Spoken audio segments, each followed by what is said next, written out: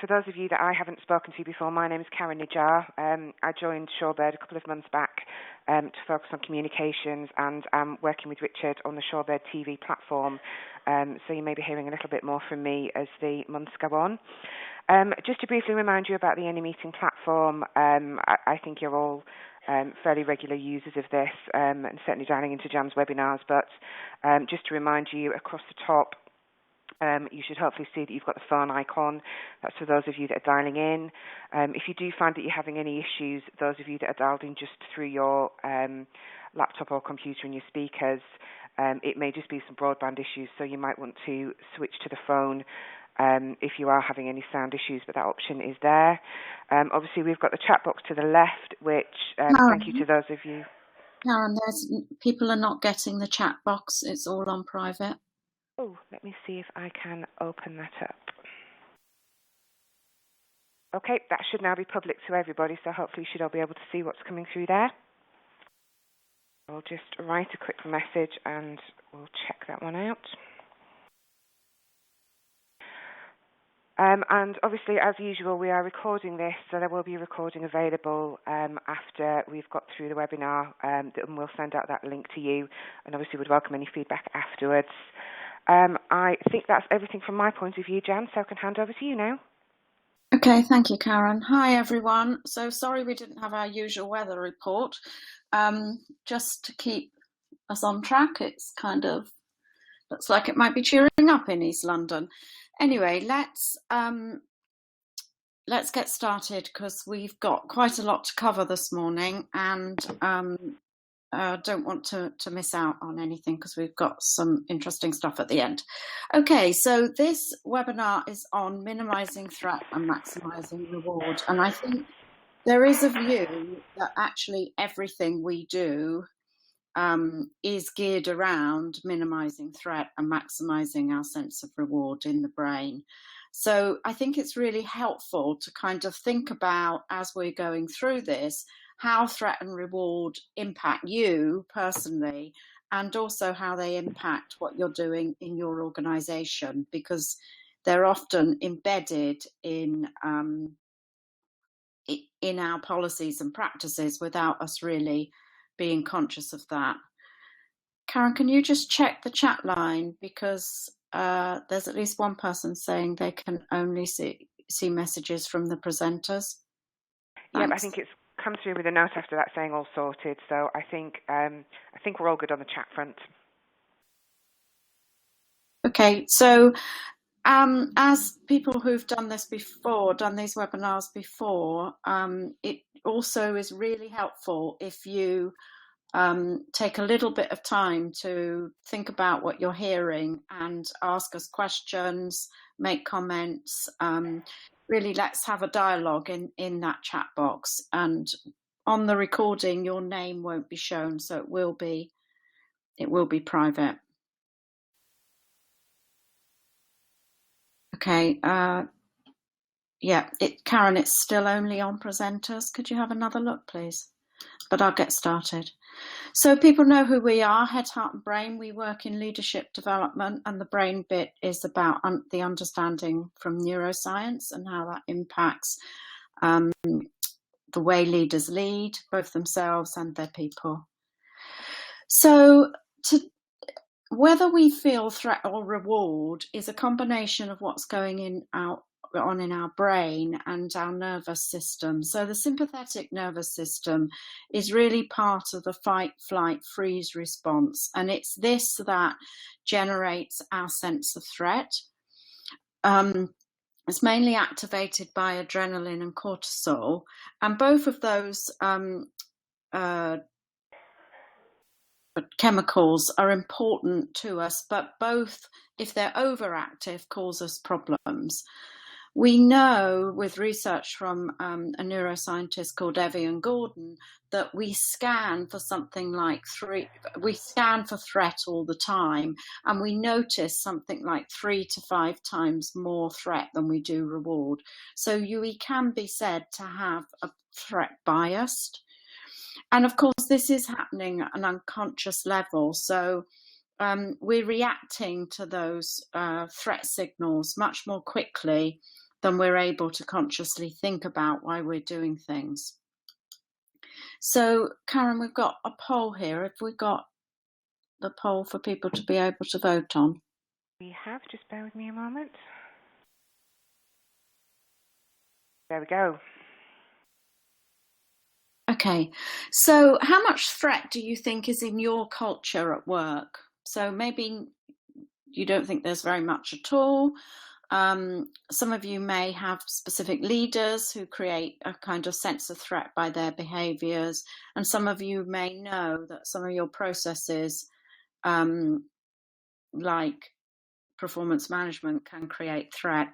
And we even worked with one organisation on one of these a face-to-face version of these webinars, who proudly said that their culture was threatening, and they felt that that kept people on their toes. Don't know if that applies to anyone on this line. So most people are saying it's that you've got some leaders whose behaviours are threatening. Interesting.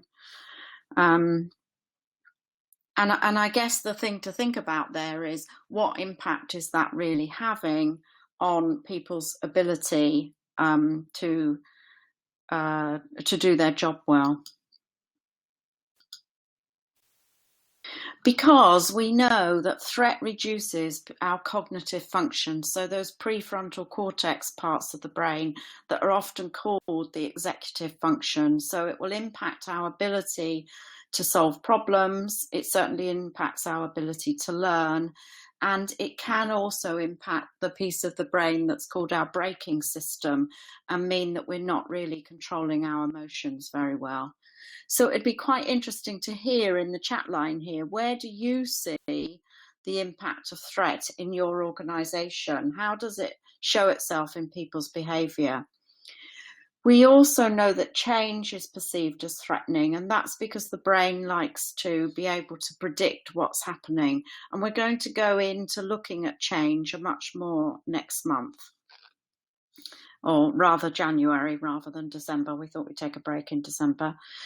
So research by Naomi Eisenberger, who's Matt Lehman's wife, found that we use the same brain mechanisms for the sense of threat as we do for the sense of pain.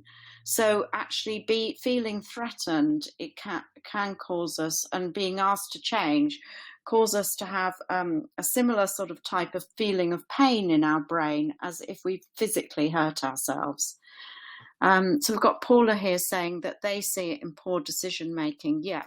So when we're feeling threatened, we know that people are much more risk adverse, or they may make decisions kind of without really thinking them through, and with only looking at sort of bias type of information. So probably the negative information, which will make them create decisions which are not in balance with all the facts. And we also know that stress activates very similar regions to the threat region. So and it can be associated with negative emotions like fear and anger and shame.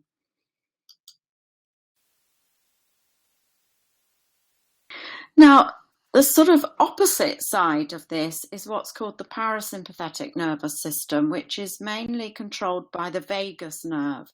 And the vagus nerve has often been called the wandering nerve because it reaches all the way from the brainstem all the way down into our lower organs and touches most of the organs along the way, as you can see in this diagram. So the vagus nerve is really responsible for what's often called our rest and digest state. So that much more kind of relaxed state that we can go into when we're feeling safe. And it's this part of our brain that often is talked about when we get gut reactions, and it's also linked obviously to the kind of more reward feelings. And we know that we can turn on, if you like, or control our parasympathetic nervous system through things like positive visualization, meditation, yoga type breathing, and relaxation exercises. And the reason why that's important is this nervous system can actually activate if we're feeling a bit anxious about something, like doing a webinar that you can't speak to anyone on, or making a big presentation, or we've got an important meeting. This part of our nervous system can make us think that we're actually in a threatening situation. So being able to do these kind of mindful type breathing things can help us control that. So, sorry, some people are having some trouble with the sound. So I suggest you either try and come on to the telephone, or dial out and come back in again. And we've got Nick saying he's seen lots of people recently burying their heads and ignoring what's happening. Yeah, and I think that's part of our survival mechanism. One of the things about threat is it makes us want to move away from the situation. So the kind of action orientation that is associated with it is to move away. And one kind of way in which we've taught ourselves to move away is to, as you put it, Nick, bury your head in the sand, or distract ourselves with other things. And that's often where we see that play out in business, is in the sort of busy syndrome, so that people don't actually deal with the things that are really important. They get busy dealing with other stuff. So the reward response, as I say, linked to the parasympathetic nervous system, is activated when we get that sense of connection with other people. And it's also interestingly activated when we help other people. That's one of the reasons why we like volunteering. It acts when we learn something new. When we have positive core, people will know about our core model. So we feel a sense of certainty, we have options, our sense of reputation is enhanced, and we feel that what's happening is equitable or fair. And it's linked with experiencing positive emotions. But we know the action response around those positive emotions and the reward mechanism is almost kind of much fainter than the threat response.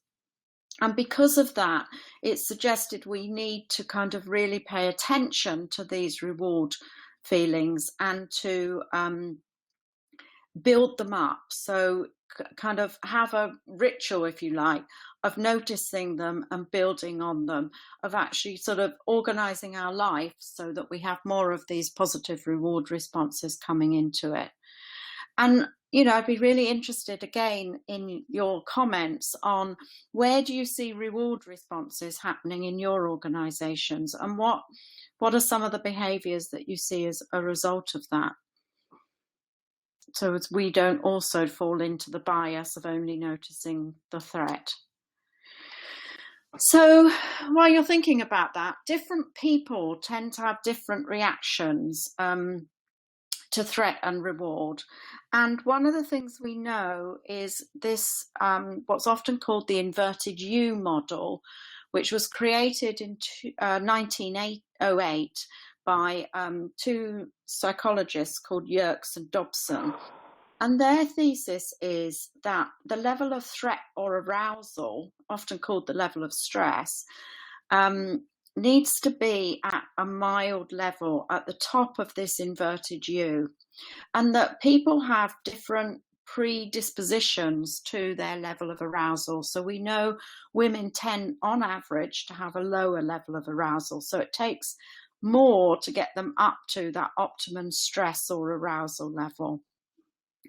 And that point is often called the flow zone. And those of you who've read about the flow zone know that you can achieve that by balancing your perceived level of challenge with your perceived level of ability. So this is the work of Csikszentmihalyi. And what I think one of the ways in which this model can be useful is to think about what may be creating your levels of arousal. So when it's too low, you really have problems. Sorry about that. You really have problems just getting yourself started. This is when you sit kind of surfing the internet or filing your emails. There's not enough stimulation to really get you motivated to do anything. And when we go over the top of that, top of the inverted U, is when we're into what we typically call stress, so negative stress, where we're feeling so challenged that we can't really think straight, and that we're also, tending to miss the importance of various bits of information, that sort of thing. So we've got Naomi here saying they tend to use mind-body awareness in their mindful leadership program, really interesting, to help people really start to appreciate the link between their mind and their body. Yeah, and obviously for years, philosophy argued there wasn't a link. We know much better now. So James, you have a question. Can an organisation go into threat mode when it's under pressure rather than the individuals? Well, James, technically only the individuals can be in that threat mode. But I think what we know is that that's very contagious. So particularly if your leaders are displaying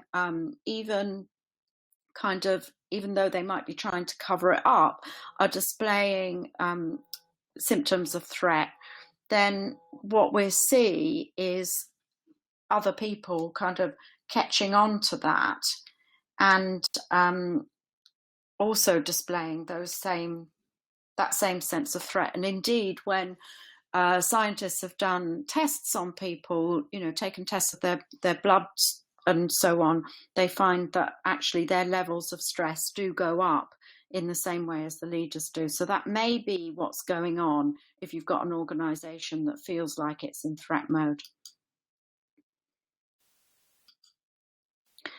Okay, so let's have a think about where threat and reward actually plays out in organisations. So we have another short poll here. I thought we'd have a look at performance management systems. So how much threat do you think there is in your performance management system? Have you done some work to eliminate it? Do you feel like most of the power is with the managers, so it's still there?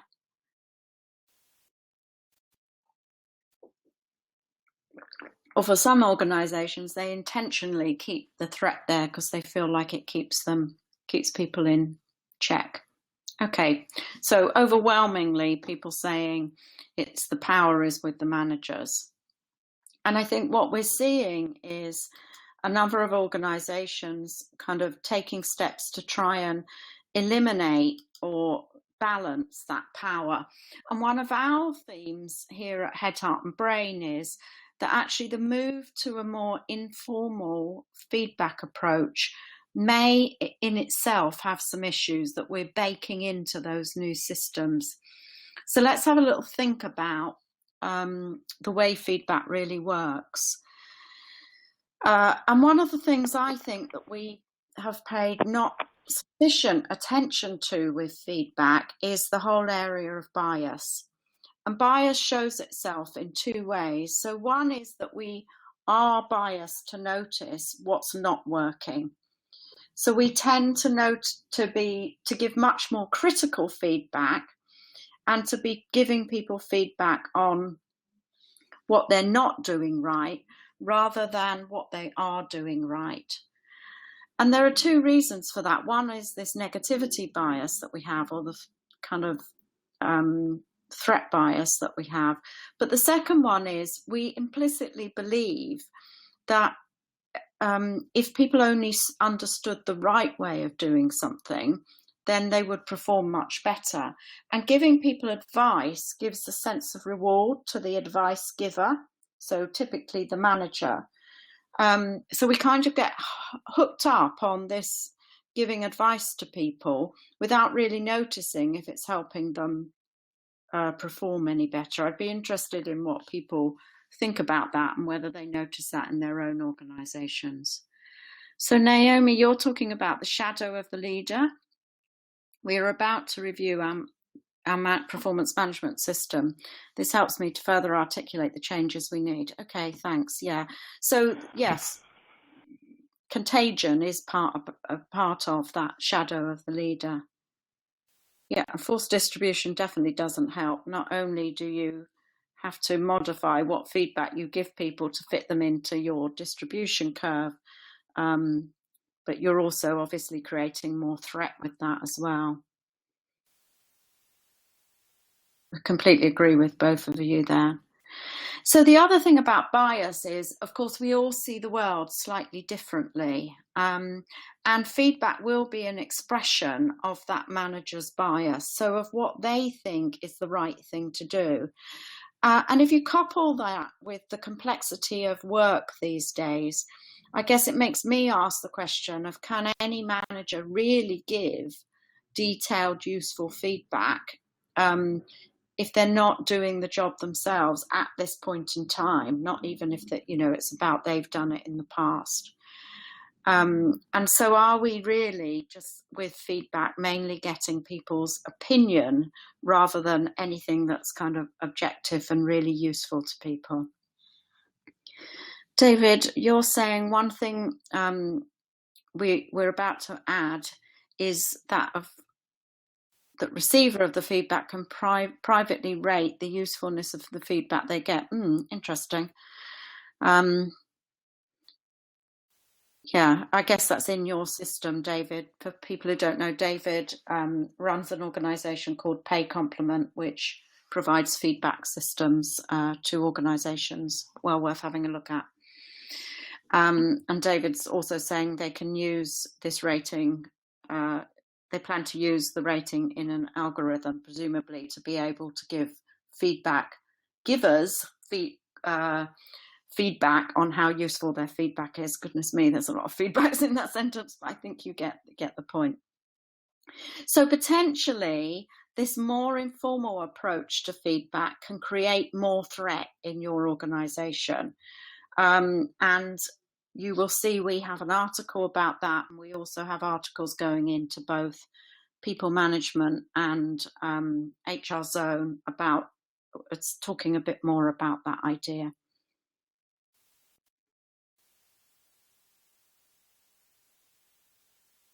Okay, so I'm being distracted here by the comments. So when does feedback work? Because there's no doubt that it's the basis of many of our, not just performance management, but also our training systems in organizations.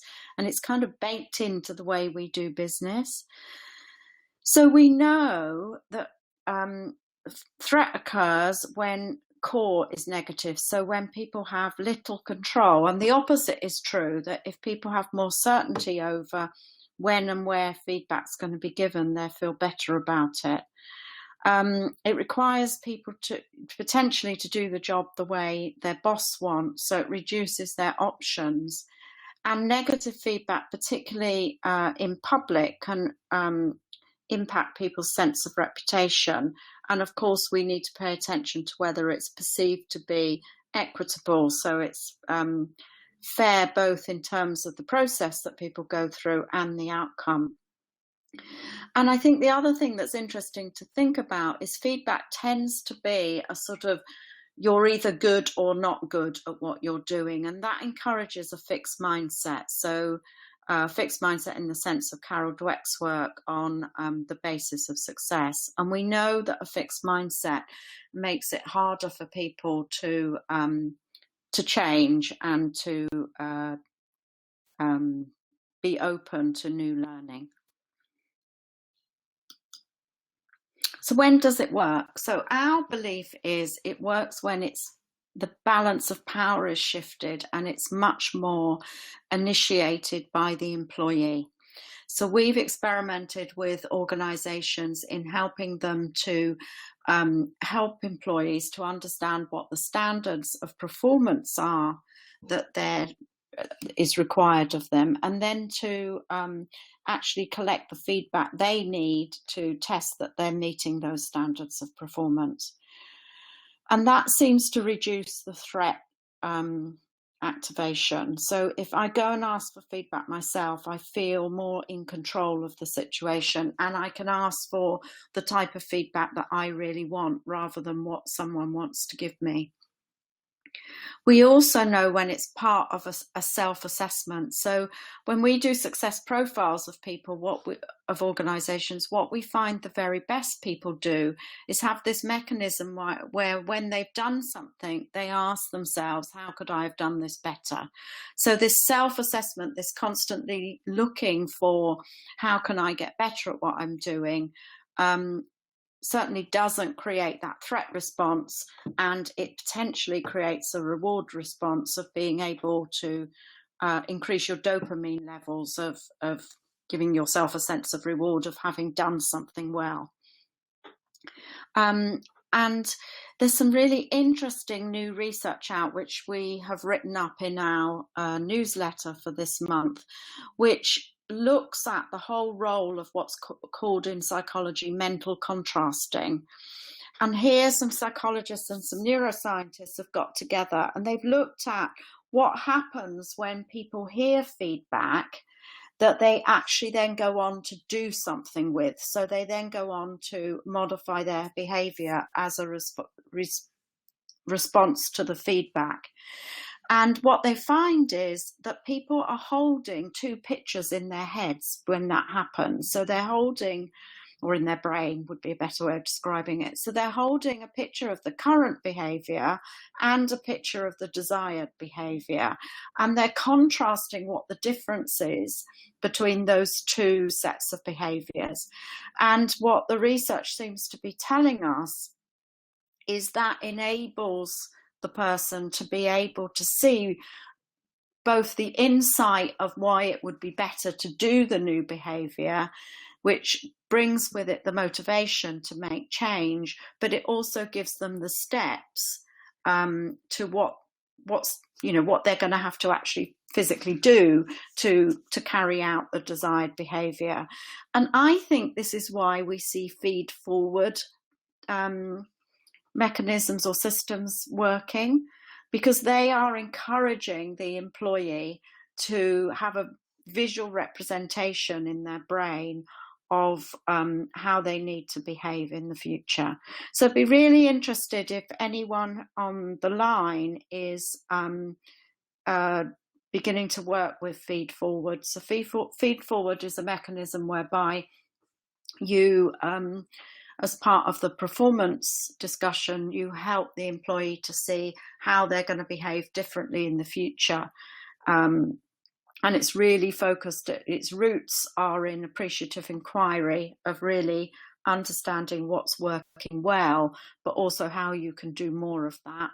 And as I say, having this mental picture of what the future will look like.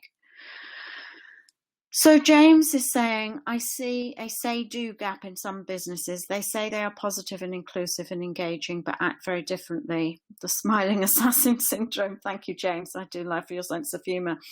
Yeah, of course, we see that. I guess the piece I think is often missing is people understanding what's the cost of those negative cultures. And also, I think the other thing to think about, what might feel positive to someone at one level in the organisation can be a very different experience to someone at a different level in the organisation. So we often see positive core for leaders creating negative, threatening core for people further down the organisation. So any thoughts about this feed forward and being able to help people have that mental contrast between what they're doing now and what they need to do in the future?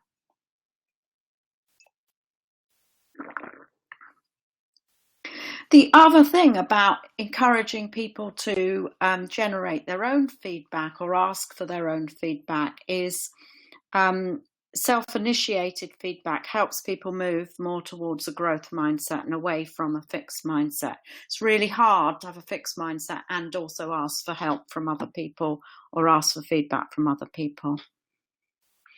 So we've got some comments here. We need to be better at giving feedback in a timely manner. Yeah. And I think that's another advantage of individuals asking for feedback themselves. They can pick the time and they can ask it of people who they know have a good line of sight on their performance as well. So Naomi's saying we teach feedback by the feedback giver asking the receiver how they can change. What are their ideas for change? We also encourage people to ask for feedback on their performance. Now realise, oops, sorry, I've lost my screen. This is so much more important than I thought. Yeah, I think it's really important. The other thing some of the neuroscience research is telling us is if we give people too detailed feedback, particularly if it's they haven't asked for it, so someone's given unsolicited feedback, that it leaves no space for the employee to be able to work out for themselves in which way they will make the change. So there's mental contrasting kind of can't go on because their brains get overwhelmed with the details they're being given. So leaving some space for people to be able to think about what the feedback means and how they will interpret and use it is really important from a brain point of view. I think one of the things we underestimate is how quickly we go into cognitive overload, particularly when it's something that is potentially impacting our reputation. So David's saying the like and like more structure is good for feedback, for feed forward. Yes, it is, David. Good idea there. And have you seen organisations using that well? I'd be interested to hear that. And Sarah's saying self-initiated would appeal to our line managers as it shifts the balance of action and pre-work. That is exactly what we found, Sarah. We introduced this idea with one of our clients, and the biggest fans of it turned out to be the managers because it relieved them of all that pressure and work. And put them in much more of a positive role than a negative role. So I think you can get both happy managers and happy employees with this approach. So that's all I wanted to say about feedback. Please do read our articles because I think we're saying some things that are kind of challenging some of the current thinking. As I say, we have done some work with organisations with this, so we've also got some at least anecdotal evidence that it does seem to help people get better results. So next week we're going to continue, or next month rather, January after Christmas, we're going to continue the whole area of threat and reward, but look closely at how that plays out in change. So we take a deep dive into change and also look at how you some tools that you might be able to use if you're have got change initiatives going on yourselves. And then we don't usually do this, but I'm going to do an advert. Today we launch our membership club. So we've started a Brain Savvy Business community, a membership community, where we will provide each month a pack of learning, if you like. So it will include the webinar that you've just been listening to, an article, a science sheet, so you've got some basic facts and figures about the science this month about threat and reward, which I think is really useful if you're trying to talk to your business people about this.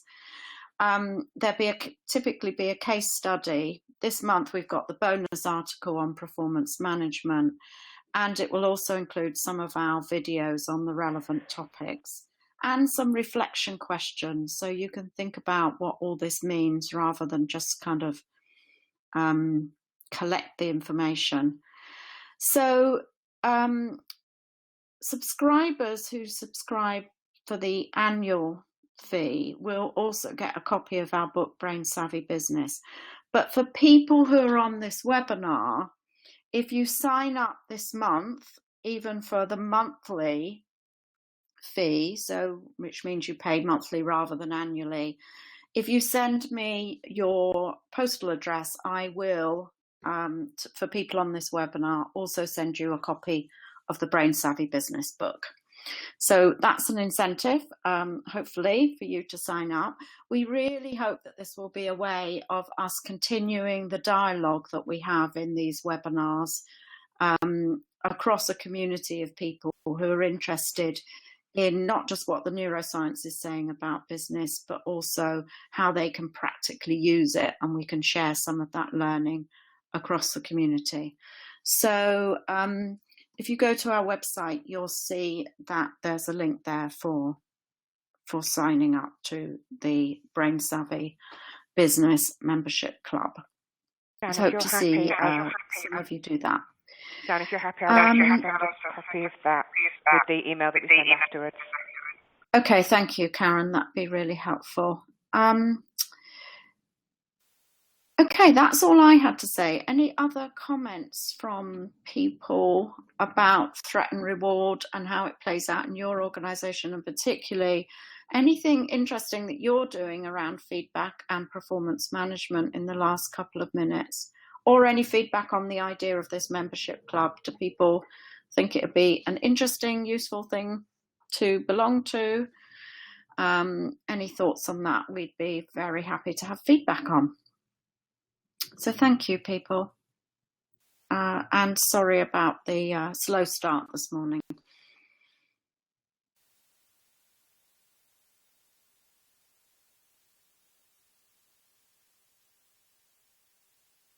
Okay, I've got some people coming up privately saying they like the idea of the club. That's great. Thank you very much, everyone who's saying that. We're really quite excited about it and hope that it will be the beginnings of a good community.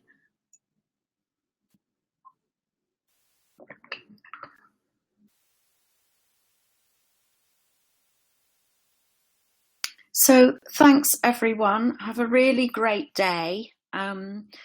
Think about some of what we've talked about this morning, how it plays out in your day, and just notice what's the level of threat versus reward you're getting in your day, and how can you increase the levels of reward